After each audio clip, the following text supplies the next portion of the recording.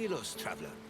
This area, along with the nearby island of Sphakteria, were important battlegrounds during the Peloponnesian War.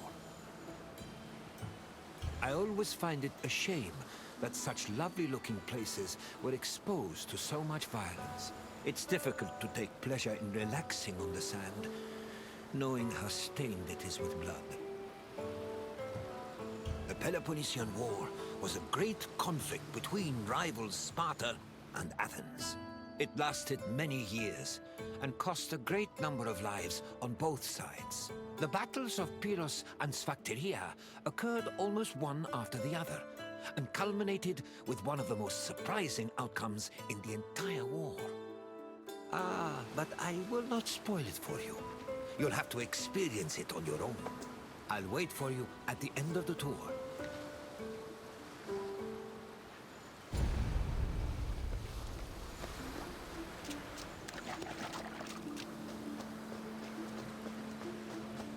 Since 431 BCE, the Peloponnesian War had been raging between Athens, Sparta, and their allies, with neither side gaining much ground. But in 425 BCE, an Athenian general named Demosthenes changed that.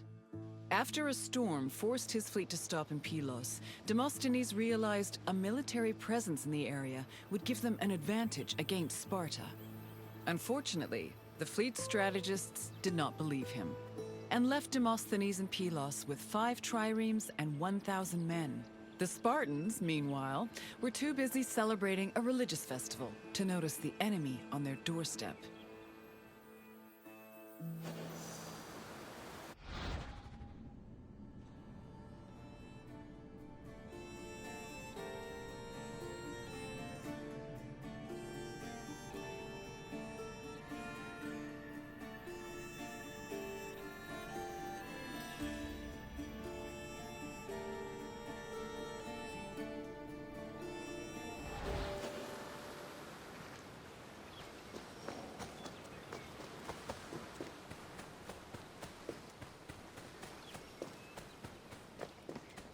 Once Sparta discovered the Athenian presence on Pylos, the Spartan king Agis mustered his troops and fleet.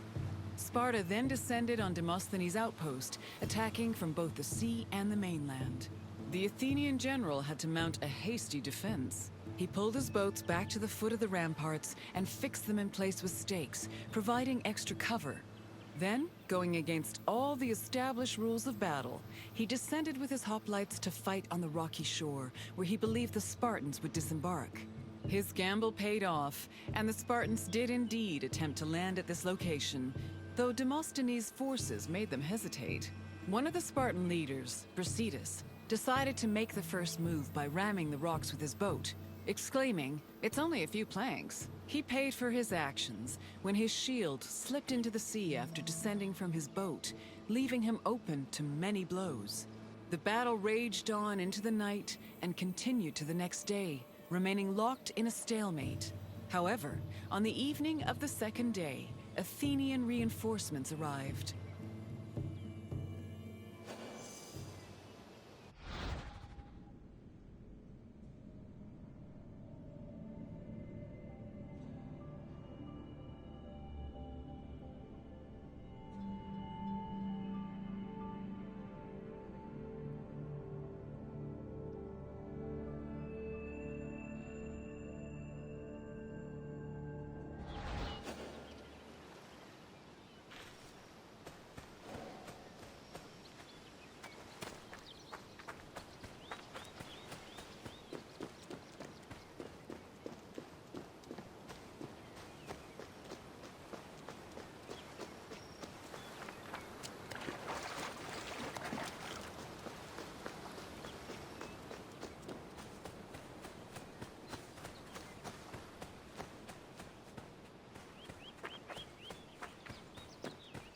The sudden arrival of the Athenian fleet stacked the odds in Athens' favor. The fleet decided to hold off their attack until the next day, when they swarmed the Spartan ships. They successfully captured 5 enemy ships and damaged many others, cutting off access to the nearby island of Sphakteria. Then, to add insult to injury, the Athenians raised a stake, hung with weapons they'd captured from the Spartans, including the shield of Brasidas. Meanwhile, the 420 Spartans on Sphakteria were trapped, and Sparta was completely helpless to rescue them.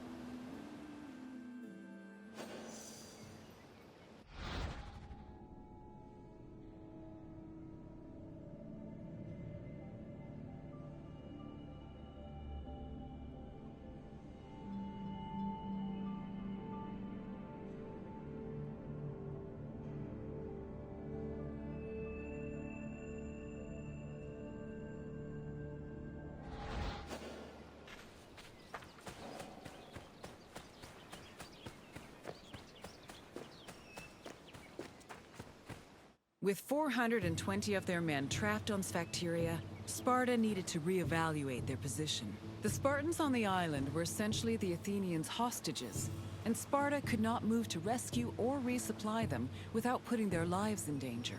In an effort to save the trapped soldiers, the Spartan leadership negotiated an immediate truce with the Athenian strategists. Sparta agreed to hold back its fleet and halt their attacks on Pylos, and in return, the Athenians permitted them to send supplies to their men.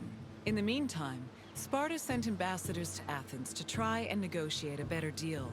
The hasty truce greatly humiliated Sparta, as they were forced to recognize just how helpless their infantry was in the face of an Athenian fleet.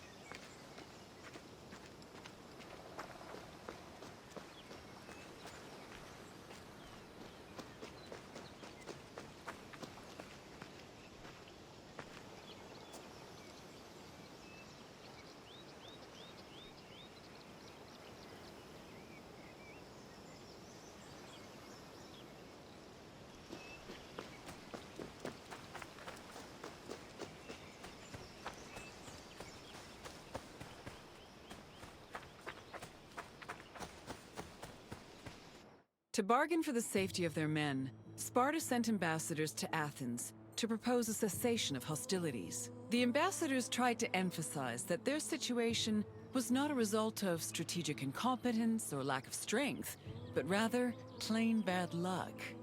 According to them, the Spartans on Sphakteria did not deserve to suffer further, because they were trapped through no fault of their own. These statements provoked the ire of Cleon, a popular Athenian politician known for his populist speeches.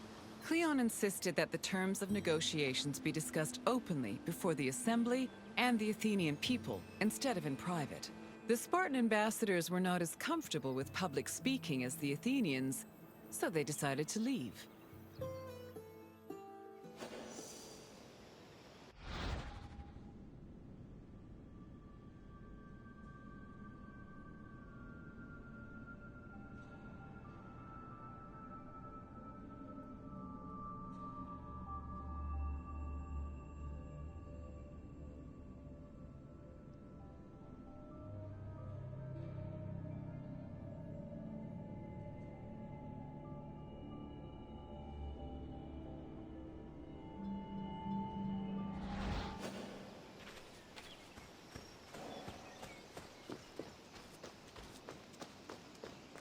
Following the failed attempts of the Spartan ambassadors, hostilities resumed.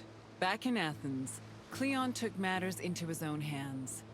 After being elected general, or strategos, he left to join the ongoing battle, accompanied by javelin-armed infantry and archers. With renewed strength and numbers, the Athenians landed on Sphakteria and engaged their enemy. The battle was hard fought, but they eventually managed to surround the remaining Spartans. It was then that Cleon invited the Spartans to surrender, as he hoped to return to Athens with prisoners. The Spartans were exhausted after spending 72 days on the island, so they accepted Cleon's offer and laid down their arms. A Spartan capitulation had previously been unheard of, and the news of their surrender echoed throughout Greece like thunder.